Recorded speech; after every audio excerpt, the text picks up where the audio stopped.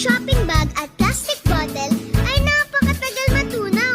Matatanda na tayo, hindi pa rin sila nabubulok. Talaga? Naku po! At kapag hindi ito ni-recycle at tinapon ng maayos, ito ang karaniwang nagbabara sa mga daluyan ng tubig. Kaya nagbabaha. Ha? No!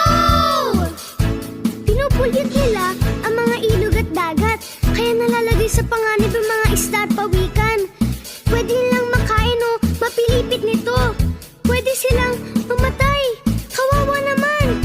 Hindi okay yan. Hindi talaga. Kaya iwasan na natin ang paggamit ng single-use plastic, gumamit ng baso o reusable container para sa mga inumin at eco bag o bayong para sa pamimili natin. Ayos! Ang bibo! Ako yun! Ng kalikasan! Ako din! Ay laging maaasahan. Batang bibo! Batang bibo ako! Ng kalikasan ay dapat natulad.